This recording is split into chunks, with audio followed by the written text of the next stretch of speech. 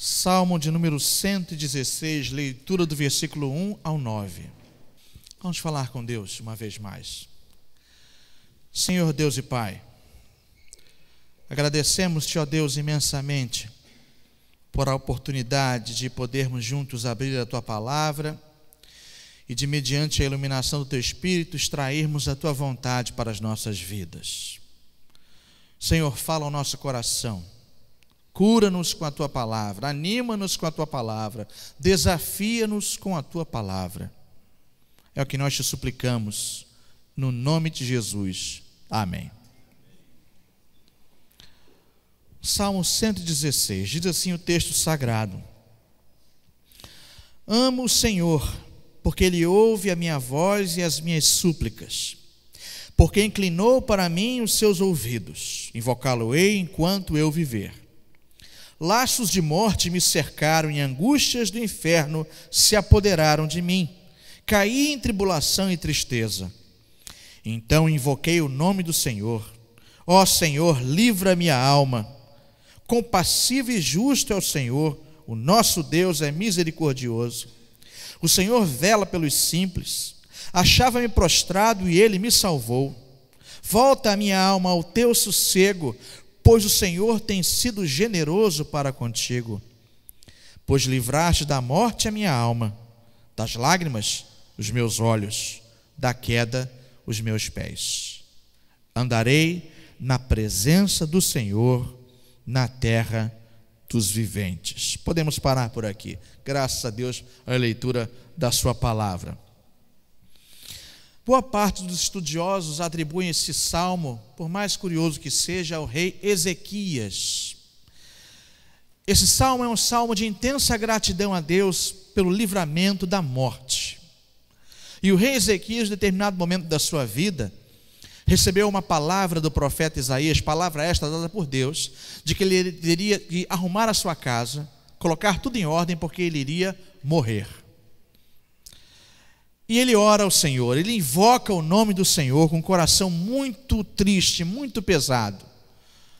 E a Bíblia diz que antes mesmo do profeta Isaías sair dos muros da cidade, o Senhor disse: vai e volta lá e diz a ele que eu ainda lhe acrescentarei mais alguns anos de vida.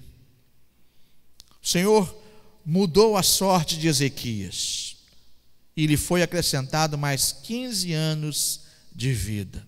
Ezequias, movido pelo Espírito de Deus, ao que tudo indica, compôs esse salmo.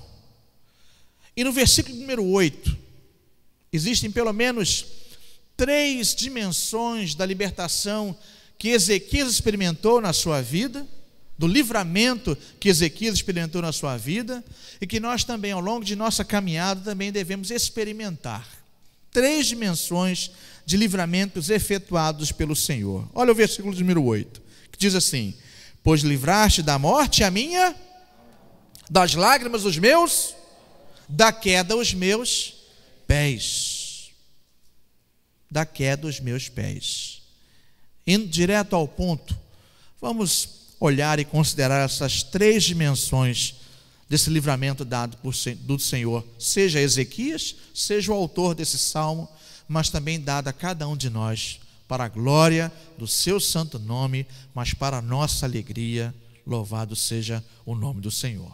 A primeira dimensão desse livramento é o livramento espiritual. Diz o texto que da morte ele recebeu um livramento da alma, da morte a minha alma. Em primeiro lugar, o que o salmista está dizendo aqui é de fato que ele sofreu algum tipo de problema, caso seja Ezequias, e que ele iria sim morrer.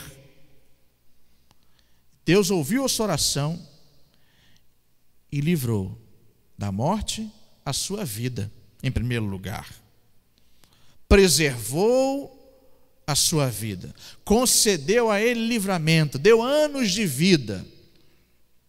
Só se fosse somente isso, já seria o suficiente para manifestar um coração grato ao Senhor, um coração grato por esse livramento, por esse presente, por essa dádiva. Mas se tratando de alma, eu gostaria que nós visitássemos também uma outra realidade que também está contida nessa frase. O livramento espiritual, não só da morte física, mas também livrados da morte de cunho espiritual. Daquela doença, se podemos assim chamar, da qual foi passada toda a humanidade, chamado pecado, cujos nossos primeiros pais transgrediram, aquele primeiro pacto chamado pacto de obras, em que eles tinham a total possibilidade de atender a palavra de Deus. Adão e Eva tinham, e você pode acreditar, porque a Bíblia nos garante isso, total livre-arbítrio. E eles poderiam ter sim obedecido, mas preferiram não atender e ceder à tentação, ceder ao convite, ceder ao fascínio, ceder à ilusão e principalmente ceder ao desejo de querer ser como Deus. Qual é a tentação que foi deflagrada lá naquele jardim, no jardim do Éden? Se comerdes, sereis iguais a Deus. Não precisarão mais da sua tutela, do seu cuidado, da sua direção. Sereis deuses.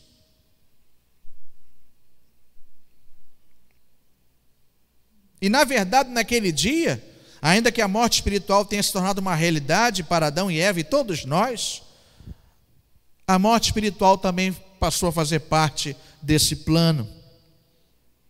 E a gente percebe que a prisão mais terrível é a da alma. As piores algemas são as do pecado. E o algoz mais cruel é o próprio diabo. E nós estávamos, sim, em suas mãos. Mas na cruz de Cristo, no Senhor Jesus, essa história foi mudada para a glória do Senhor. E a gente insiste nesse tema, que pode parecer repetitivo, mas parece que às vezes nós nos acostumamos com o sagrado, a tal ponto que o sagrado não mais nos encanta, a tal ponto que o sagrado não mais impulsiona a nossa vida, a tal ponto que o sagrado parece não mais efetuar nenhum tipo de mudança, alegria e avanço em nossa corrida da fé. O homem precisa, e nós insistimos, precisa ser perdoado pelo Senhor, redimido pelo sangue de Jesus, e só assim haverá paz e genuína liberdade da alma, liberdade da qual nós gozamos. Mas parece que ao nos, como dissemos, nos acostumarmos com a dimensão do sagrado, tudo parece ser muito comum. Parece ser mais um dia de culto, parece ser mais um dia de ceia, parece ser mais uma atividade aqui ou lá, seja na Maré ou qualquer outro lugar, mas não é mais uma, não é mais outro culto, mas é a grande chance que temos e a liberdade de vivermos, de celebrarmos a grande libertação que se deu em nossas vidas. Meus amados irmãos, isso às vezes ocorre até com a gente. Posso falar de mim, quando em determinadas situações nós nos alegramos mais com coisas humanas, perecíveis, finitas. Às vezes parece que há maior dimensão de alegria em determinadas coisas que irão se findar do que com o eterno. Sem provocação alguma. Mas às vezes parece que nós vibramos e temos um gozo, uma alegria muito maior com o nosso time do coração do futebol do que com essa realidade aqui, que é uma realidade eterna, que vai fazer toda a diferença em nossas vidas. Às vezes, entenda-me também, e não estou querendo ser provocativo, mas essa palavra fere o meu coração primeiro. Às vezes parece que nós nos alegramos muito mais ao estar num evento de rock, ou ao entrar na pré-estreia de um filme, ou qualquer outra coisa que parece produzir uma alegria muito mais intensa do que o livramento da nossa alma do inferno, das garras do diabo, das garras da morte espiritual. Todos nós aqui, se o Senhor Jesus não retornar antes, nós enfrentaremos a morte física, passaremos por ela, caso o Senhor não volte antes. Mas aqueles que morreram em Cristo não experimentarão o poder da segunda morte, é o que diz o livro do Apocalipse. Eu tenho pedido a Deus de contínuo, ainda não recebi, quero ser muito sincero, mas eu tenho pedido a Deus de contínuo que em algum dia, pelo menos uma fração dessa dimensão desse gozo, eu pudesse sentir aqui agora em terra, para que eu pudesse ser mais produtivo na sua obra. Eu acho que todos nós deveríamos suplicar por isso. Não estou dizendo como houve uma época aí na década de 80 e 90, em que as pessoas, ao verem um filme chamado, me ajudem aí, reves, presbíteros, diáconos, amigos, rapaz, era um filme evangélico, né? Que o camarada estava na beira da morte, ia e voltava, ele estava fazendo de tudo para voltar ao corpo, para poder aceitar Jesus, para não ir para o inferno. Inferno em chamas, inferno em chamas. E as pessoas queriam, depois que viu aquele filme, queriam ir para a igreja de todo jeito, mas não pela visão daquilo que libertou, mas pelo medo e terror daquilo que poderia ser. Meu irmão, eu quero estar na igreja, eu quero servir Jesus pela motivação certa, porque eu fui escravo e hoje eu sou liberto, porque eu estava preso, estava morto, perdido, eu estou vivo. Eu quero, e você deve servir a Jesus pela motivação correta, porque a sua alma foi liberta da morte. Louvado seja Deus, louvado seja Deus. Não quero convidar você a ser um fanático, não é isto, mas que nós tenhamos uma dimensão exata, ou pelo menos muito próxima daquilo que de fato se deu em nossas vidas. Uma segunda dimensão desse livramento é o livramento que a gente pode chamar de livramento emocional. O primeiro, livraste da morte a minha alma, mas também das lágrimas os meus olhos. Ah, meu irmão e minha irmã, todo mundo aqui sabe o que é chorar de dor, seja física ou dor de amargura de alma, de tristeza, de angústia, de medo, ou até chorar de ódio. É verdade, todo mundo sabe.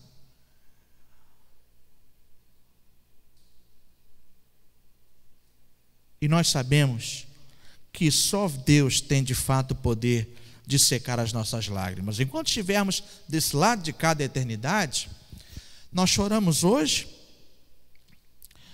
o Senhor vem, nos visita, às vezes inicialmente não impede e não faz cessar o motivo do choro, mas Ele vem e consola primeiro. Lembra-se de Jesus lá no Getsêmani, texto de Lucas, é o único texto que vai citar isso. Jesus está no Getsêmani suplicando ao Senhor que aquele cálice fosse passado.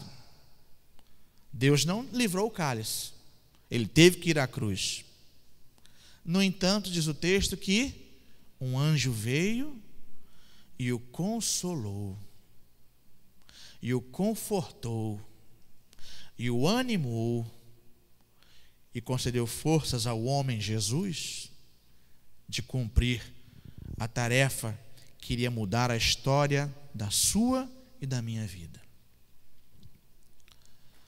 Só Deus tem o poder de nos fazer secar as lágrimas antes das circunstâncias serem resolvidas, de nos endireitar e de nos fortalecer e de nos preparar de caminhar durante a tempestade antes dela cessar.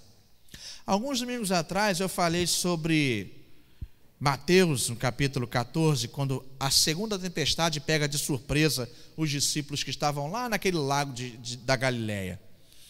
E aí Jesus vem caminhando por sobre as águas, e antes de acalmar o mar e fazer cessar o vento, ele de longe vai dizer aos discípulos apavorados: sou eu, tende bom ânimo, não temais. Antes de acalmar a tempestade, o que é alvo da ação terapêutica de Jesus é o coração e a mente dos discípulos. Você pode estar agora em tempo de choro, de crise, de dor, de angústia, de medo, de incerteza, Mas antes que haja solução sobre esse assunto, eu quero dizer a você com toda certeza que Jesus vai em sua direção dizendo: olha, tem bom ânimo, não tem mais, sou eu. Depois o mar vai se acalmar, depois o vento vai emudecer. Nosso pastor aqui sabe muito bem o que é isso. Eu quero ser muito claro, me referindo à doença vencida. Eu tenho a convicção total do meu coração, de que antes da vitória sobre a doença, o reverendo Averaldo teve a vitória sobre as circunstâncias. Isso também se dá com a sua vida, creia. Antes que as circunstâncias sejam vencidas, você terá paz para caminhar por sobre a água revolta.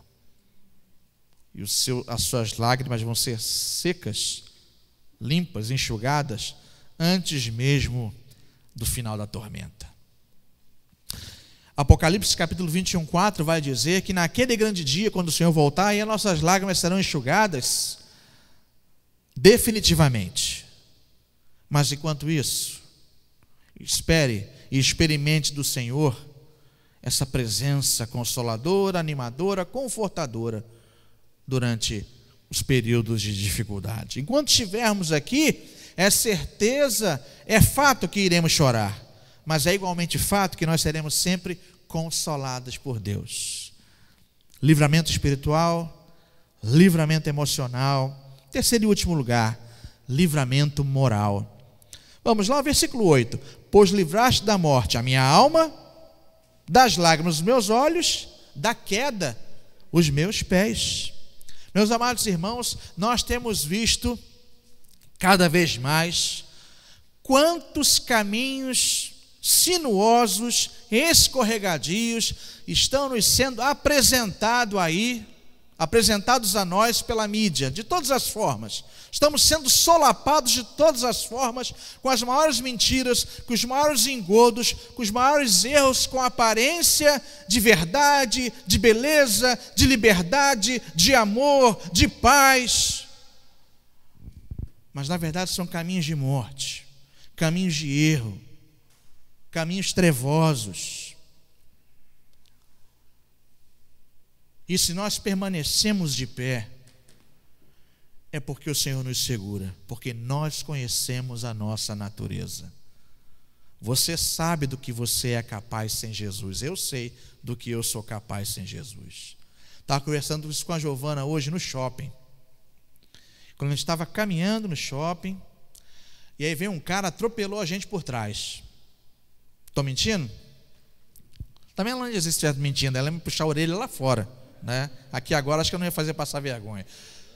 E aí, né, fresquinho, a reverenda Veraldo disse que eu voltei dessas férias fresquinho, melhor que Tostines, para quem lembra. Vim de São Lourenço, aquela estação de águas, provando tudo que é água com parcimônia, para não ter dor de barriga depois, misturar aquelas águas todas. Na primeira vez que eu estive em São Lourenço, Giovana, não prova tudo, eu provei tudo, né? E provei tudo. Aí a gente vem fresquinho, calmo, tranquilo, manso e suave. E aí a vontade dá um, né? Quer correr, eu vou te ajudar a correr. Aí a Giovana, que é o meu grilo falante, a minha consciência, ela, Marcelo. Ela não fala Marcelo não, sabe o que ela fala? Pastor. Aí pesa mais, né? Aí já vai com os dois pés no peito. Não fala Marcelo. Pastor. Aí, né? Pá, pá, pá. Amados, nós não permanecemos em pé, escorados pela nossa autoconfiança, autossuficiência ou injustiça própria. Nós permanecemos de pé porque o Senhor nos mantém de pé. Você sabe o que é ser tentado, você sabe o que é ser injuriado, seja qual for a área, E você sabe que muitas vezes você só não deu o revide porque o Senhor que te libertou te colocou ali, te segurou firme para você não fazer besteira. Eu estou sendo muito claro, muito claro. É Ele que nos livra moralmente, emocionalmente e espiritualmente. E assim diz o versículo 9: andarei na presença do Senhor, aquele que me libertou espiritualmente, aquele que me libertou emocionalmente, aquele que me liberta moralmente. Andarei na presença do Senhor, na terra dos viventes, para que os viventes vejam, não por vaidade, mas vejam o que é experimentar esse livramento da parte do Senhor, para que o outro veja, e de alguma forma o Espírito Santo toque o coração do outro e diga: eu não entendo, como você é assim? E aí você vai poder dizer: não depende de mim, mas do Senhor que caminhou na minha direção. E se você está se sentindo incomodado, é porque Ele está caminhando na sua direção também, e Ele quer promover essa mesma libertação que se operou em mim, Ele também quer efetuar na sua vida. Você quer conhecer desse Jesus? Você quer conversar sobre esse Jesus? Você quer conhecer essas dimensões desse livramento? Aí pronto, vem para as Américas, vem para o discipulado, vem fazer parte dessa família, e aí pronto, meu irmão, Deus te usou como vaso de honra dele para a salvação de outra vida. Deus abençoe a Igreja das Américas.